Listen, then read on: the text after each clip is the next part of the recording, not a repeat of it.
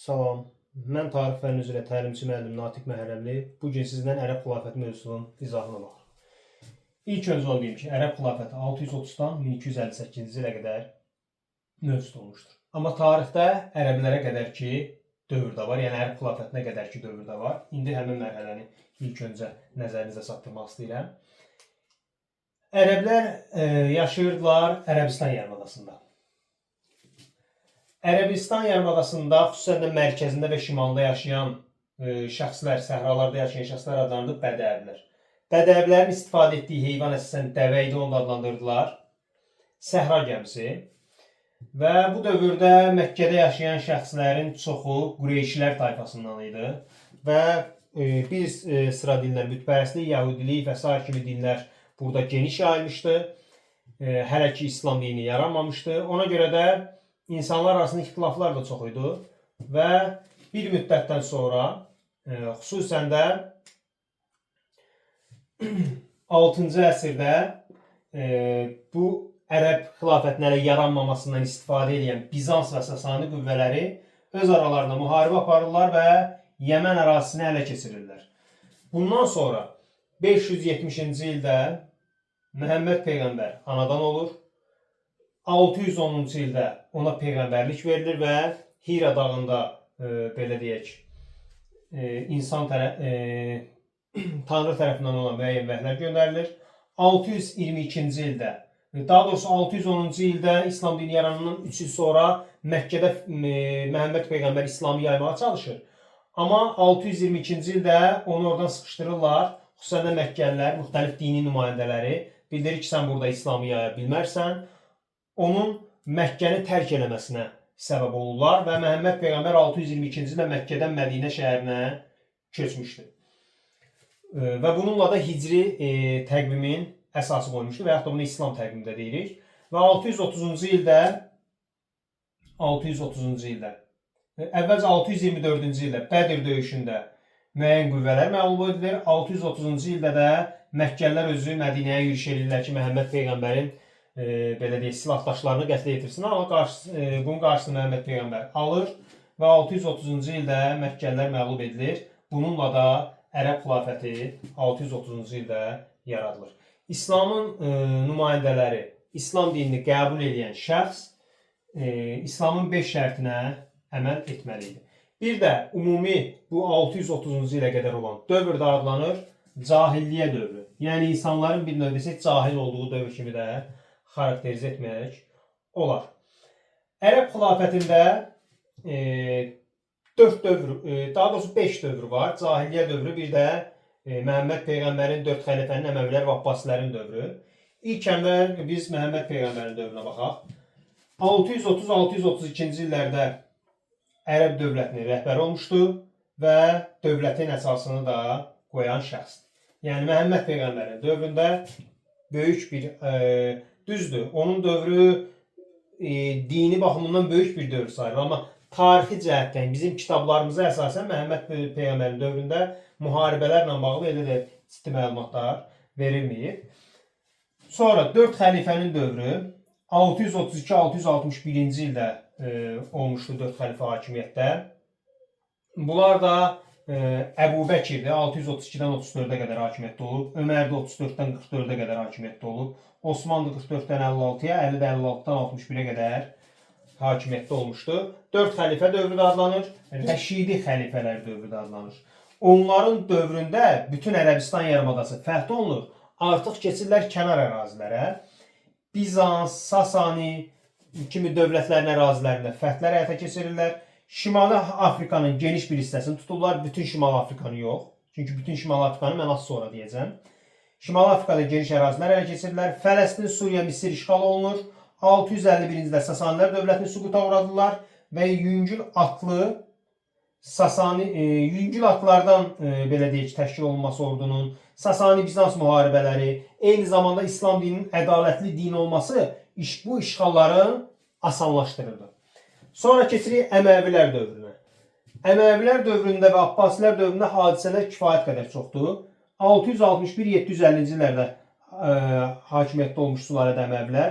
Paytaxtı Dəməşq şəhəri idi. Digərlərindən Məkkə, Mədinə şəhərləri olmuşdu. 661-750-ci illərdə Əməvilər hakimiyyətdə olmuş Sülalədə Əməvilər. Paytaxtı Dəməşq şəhəri idi. Digərlərindən Məkkə, Mədinə şəhərləri olmuşdu. 705-ci ildə Əməvilər Albaniya dövlətini süquta uğratmışdılar. 8-ci əsrlərdə əvvəllərində Şimali Afrikanın işğalını başa çatdırmışdılar.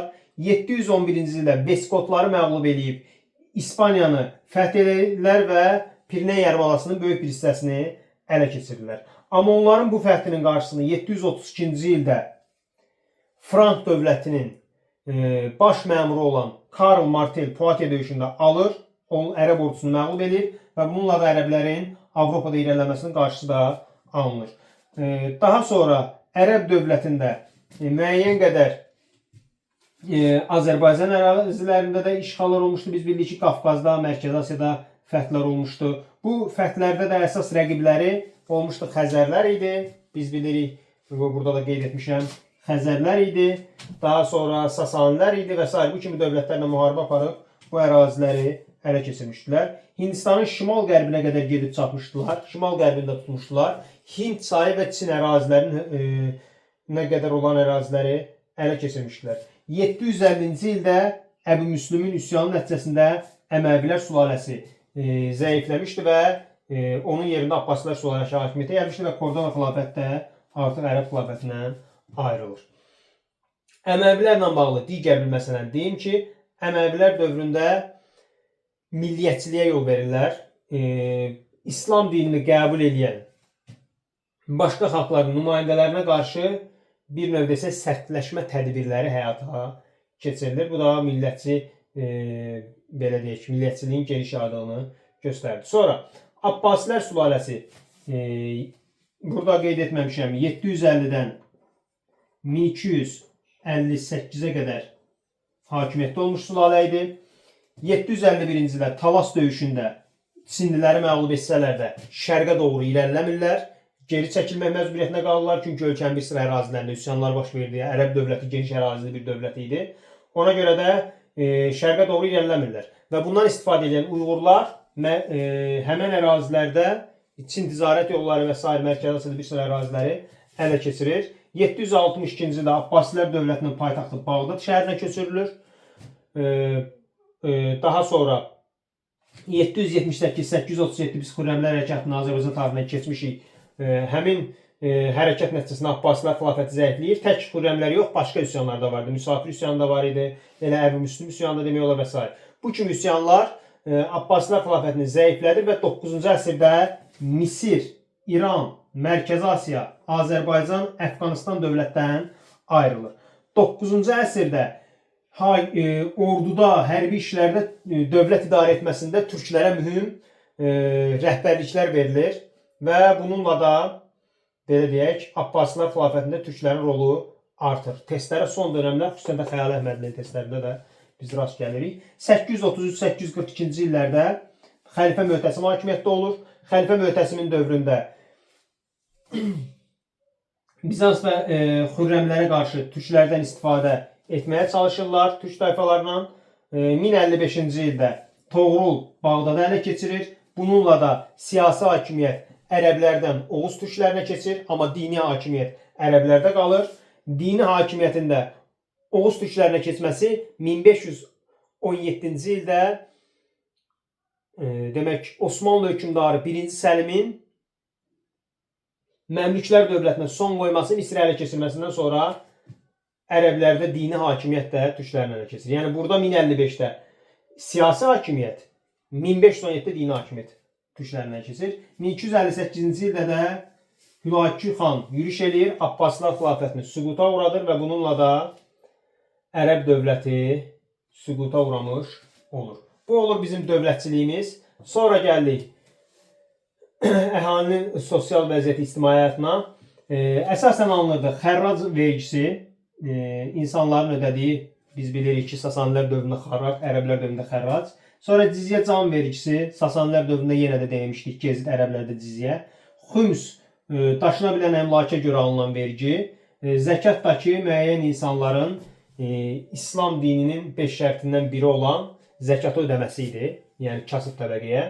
Daha sonra torpaq mülkiyyət formalarında divan dövlətə məxsus torpaqlar, iqta hərbi xidmət müqabilində verilən torpaqlar, mülk feodalın şəxsi mülkiyyətində olan torpaqlar idi. Yəni şəxsi öz torpağı. Bu gün məsələn mənim bir evim varsa, həyətim varsa, bu mənim şəxsi mülküm sayılır. Yəni o nəzərdə tutulur. İcma əhalinin istifadəsində olan torpaqlar, yəni cəmaətin, icmanın istifadəsində olan torpaqlar, vəqfdə dini idarələrə məxsus torpaqlar idi. Dirhəm və sair kimi pullar da ərəblərdə istifadə olunurdu. Bu da olur bizim ərəb mövzumuz.